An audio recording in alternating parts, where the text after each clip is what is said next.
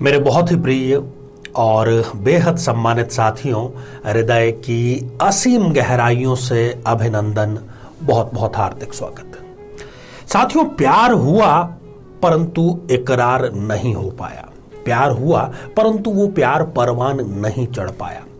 साथियों, प्यार के ज्यादा से ज्यादा 2 या 3 यही नतीजे हो सकते हैं। या तो प्यार एक तरफा रह जाता है, या फिर प्यार करके आप जिसको इकरार करते हैं वो आपको इनकार कर देता है, या फिर इससे आगे बढ़कर के यदि वो प्यार विवाह में तब्दील हो जाता है तब फिर उसको दाम्पत्य की गाड़ी के अनुसार चलना पड़ता है। तो लगभग यही हश्र हर एक प्रेम का होता चला आया है। इस श्रृंखला में हम ये जानने का प्रयास कर रहे हैं कि कब कब जन्म पत्रिका में ऐसी स्थितियां निर्मित होती है कि व्यक्ति प्यार करता है, इकरार नहीं कर पाता, और कब कब ऐसी स्थितियां निर्मित होती है कि उसका प्यार भी होता है और वो सफल भी होता है और आगे चल करके दाम्पत्य जीवन का निर्वहन भी वो लोग ठीक से कर पाते हैं। साथियों, ये सारी चीजें हो, परंतु इससे पहले एक बेहद जरूरी सूचना यह है कि इस पूरी श्रृंखला में हम लव मैरिज की बात कर रहे हैं, और जहां पर लव मैरिज की बात आ जाती है वहां पर लोग दिग्भ्रमित हो जाते हैं। कहते हैं कि आचार्य जी, जब हम लव मैरिज ही कर रहे हैं तो फिर हमें कुंडली मिलाने की आवश्यकता क्या है? बिल्कुल आवश्यकता है। चाहे आप कुंडली मिलान कर रहे हैं, यदि आप उससे पहले कोई ऐसी बात जान लेते हैं अपने भावी जीवन साथी के बारे में, उसकी ग्रह स्थितियों के बारे में, तो हम उसका निवारण बहुत आसानी से कर सकते हैं। तो साथियों, कन्या लग्न पर हम विस्तार से चर्चा करें इससे पहले एक और बेहद जरूरी सूचना कि हम हमारे प्रत्येक एपिसोड के अंत में किसी न किसी जातक के प्रश्न का उत्तर देते हैं, और ये प्रश्न हमें प्राप्त होते हैं आप लोगों के ही द्वारा YouTube कमेंट के माध्यम से।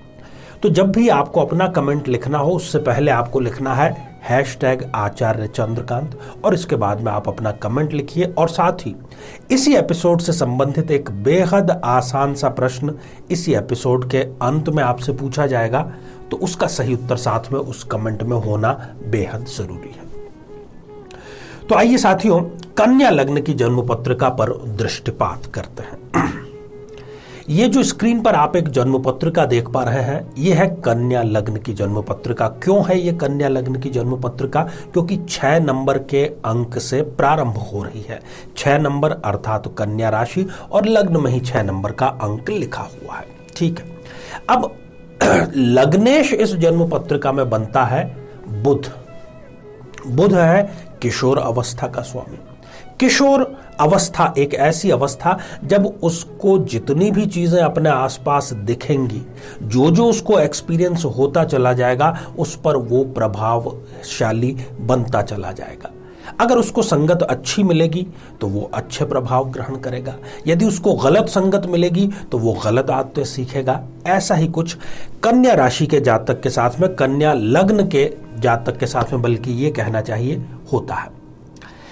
आज कुल 7 बिंदु यहां पर मैं बतलाऊंगा। यदि आप कन्या लग्न के हैं तो अपनी जन्म पत्रिका निकाल करके आप बैठ जाइए, और यदि आपका लग्न कुछ और है, उससे संबंधित आप एपिसोड देखने से रह गए हैं, तो यहां आई बटन में हम उसका भी लिंक प्रोवाइड करा रहे हैं ताकि आप उसको जाकर के विस्तार से देख सकें। साथियों, प्यार कोई आसान बात नहीं है। इसको आप ठीक ऐसे ही समझिए कि अपने घर में आग लगाने की यदि आपके पास में हिम्मत है, क्योंकि आज भी भारतीय परिवेश में, आप इसको नेगेटिव मत लीजिए, मेरे पास में रोजाना इस प्रकार के केसेस आते हैं। आज भी 10% से भी कम प्रतिशत है भारतीय माता पिताओं का जो कि सहर्ष स्वीकार करें कि मेरा बेटा या मेरी बेटी लव मैरिज करती है, कोई दिक्कत नहीं बेटा, हम तुम्हारे साथ हैं। 10% से भी कम है। तो 90% मामलों में क्या होता है? गृह कलेश, दोनों परिवारों के भीतर, और शायद एक दूसरे से भी महाभारत की स्थिति आ जाती है। तो अपने घर जलाने का जिसके अंदर मादा हो, ये संकेत मात्र मैं आपको दे रहा हूं। हम घर जा रहा अपना और लिया मुराड़ा हाथ, और अब घर जलेगा उसका जो चलता है मेरे साथ, अर्थात प्रेमी और प्रेमिका स्वयं अपने घर वालों को और अपने भावी जो ससुराल पक्ष है, दोनों घरों में आग लगाने का कार्य करते हैं। इसको आप नेगेटिव मत लीजिएगा। दोबारा मैं बतला रहा हूं, लव मैरिज या प्रेम विवाह कोई गलत कार्य नहीं है, आज का कार्य नहीं है, हजारों बल्कि लाखों वर्षों से भारत में ये होता चला आया है। परंतु जो सामाजिक स्ट्रक्चर है भारत का वो उसको सहर्ष स्वीकार नहीं करता, तो बड़ी इसमें हिम्मत की बात होती है। अब एक एक करके हम 7 बिंदु यहां पर जानने का प्रयास करते हैं कन्या लग्न की जन्म पत्रिका को लेकर के। साथियों, पंचम भाव से हम प्रेम संबंधों की, उसकी सफलता असफलता, इसकी कसौटी को कसते हैं। यदि इस जन्म पत्रिका में पंचमेश शनि और सप्तमेश गुरु, इन दोनों की यदि युति है, हालांकि दोनों शत्रु है, परंतु यदि युति है और वो युति खासतौर पर केंद्र में या त्रिकोण में है, तब इस व्यक्ति का जो प्रेम विवाह है ये प्रेम करेगा, प्रेम का इजहार कर देगा, इजहार की इसको स्वीकारोक्ति भी मिल जाएगी और ये एक सफल वैवाहिक जीवन भी बिता सकता है, बशर्ते कि ये कुंडली मिलान करे। परंतु ठीक इसके उलट पंचमेश और सप्तमेश, इसमें किसी प्रकार का कोई संबंध यदि नहीं है, तब फिर इसमें अड़चने आएंगी और अड़चने मामूली नहीं, दुनिया भर की इसमें अड़चने इनको आएगी। साथियों, दूसरी स्थिति है, यदि ये किसी पुरुष की कुंडली है तो पुरुष की कुंडली में यदि पंचम भाव में शुक्र विराजमान है, और यदि किसी स्त्री की कुंडली है तो स्त्री के पंचम भाव में यदि मंगल देव विराजमान है, तो इनके लिए बहुत सहायक है, बहुत अच्छी बात है। खास तौर पर जो प्यार करना चाहते हैं, प्यार कर रहे हैं, प्यार को परवान चढ़ा करके यदि वो शादी में उसको तब्दील करना चाहते हैं, फेवरेबल स्थिति है। परंतु यदि ऐसा नहीं है, तब फिर वही दिक्कत, वही परेशानी कि आप 2 कदम आगे बढ़ाएंगे परंतु उसके बाद में 10 कदम आपको वापस लौट करके आना होगा। साथियों, तीसरी स्थिति मंगल की है और खास तौर पर इस लग्न में मंगल इसलिए महत्वपूर्ण है क्योंकि वो तृतीयेश भी है, साहस का कारक है। प्यार करना, उसका इजहार करना, उसको स्वीकार करना, उसको लेकर के आगे बढ़ना, उसको विवाह संबंध में तब्दील करना, इस सब के लिए साहस की आवश्यकता होती है, पराक्रम की आवश्यकता होती है। यदि मंगल स्वग्रही है या उच्च का है, अर्थात यदि वो 1 नंबर या 8 नंबर या 10 नंबर इन राशियों में से कहीं पर है जहां पर कि आप ये अंक लिखे हुए देख रहे हैं, तब फिर इनको वो लव मैरिज में अपनी तरफ से बहुत योगदान प्रदान करेगा। परंतु यदि ऐसा नहीं है, बल्कि यदि मंगल इनके नीच राशि का हो गया है, तब फिर वो इनके प्रेम में अड़चन पैदा करने का कार्य करेगा। प्रेम करेंगे, कह ये सामने वाले से कुछ कह नहीं पाएंगे। अब बात करते हैं चंद्रमा की। वो भी यहां पर बहुत महत्वपूर्ण स्थिति में है क्योंकि उसकी जो राशि है वो पंचम भाव से सप्तम है।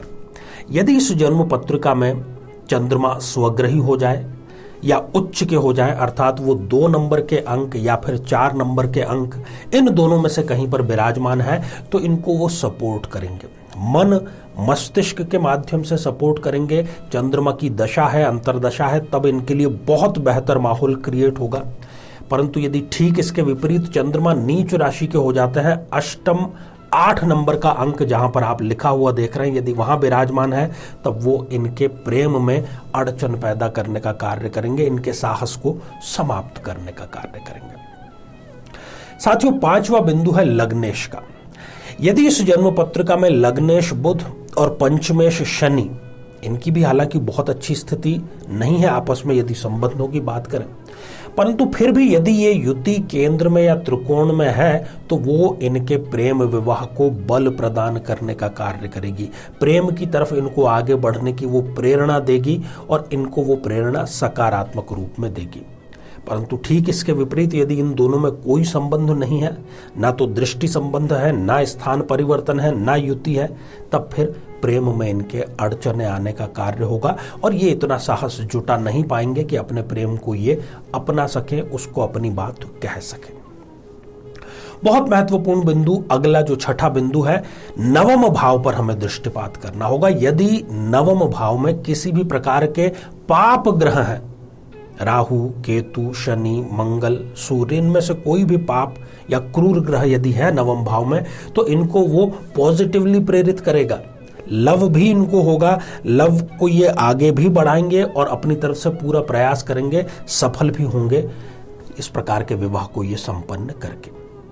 परंतु यदि इस स्थिति को देखें कि कोई शुभ ग्रह नवम भाव में है, जैसे कि गुरु है, शुक्र है, चंद्रमा है, बुध है, तब फिर इसके ठीक उलट स्थिति होगी और इनको लव मैरिज करने की हिम्मत बिल्कुल भी नहीं मिल पाएगी।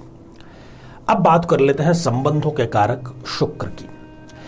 यदि इस जन्म पत्रिका में शुक्र किसी पाप ग्रह के साथ है, खास तौर पर राहु के या केतु के या शनि के, तब ये बहुत जल्दी डिसीजन लेंगे। कई बार तो बहुत छोटी उम्र में ये ऐसा विवाह संपन्न कर बैठते हैं।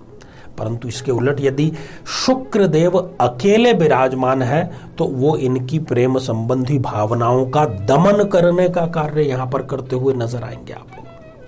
साथियों, इन सभी स्थितियों में यदि कोई भी ग्रह 0 डिग्री का या 28-29 जैसी अंतिम डिग्रियों का हो जाता है, तब फिर फलीभूत नहीं हो पाएगा और फिर किसी विद्वान के पास जाकर के आपको अपनी कुंडली का विवेचन कराना चाहिए। श्रृंखला जारी है, लाइफ के बहुत बड़े डिसीजन से संबंधित है, जरूर अपने लग्न से संबंधित एपिसोड आपको देखना चाहिए।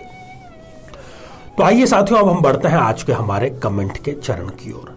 आज हमने कमेंट शामिल किया है ज्योत्सना तिवारी जी का, जो कि उन्होंने लिखा है पिथौरागढ़ उत्तराखंड से।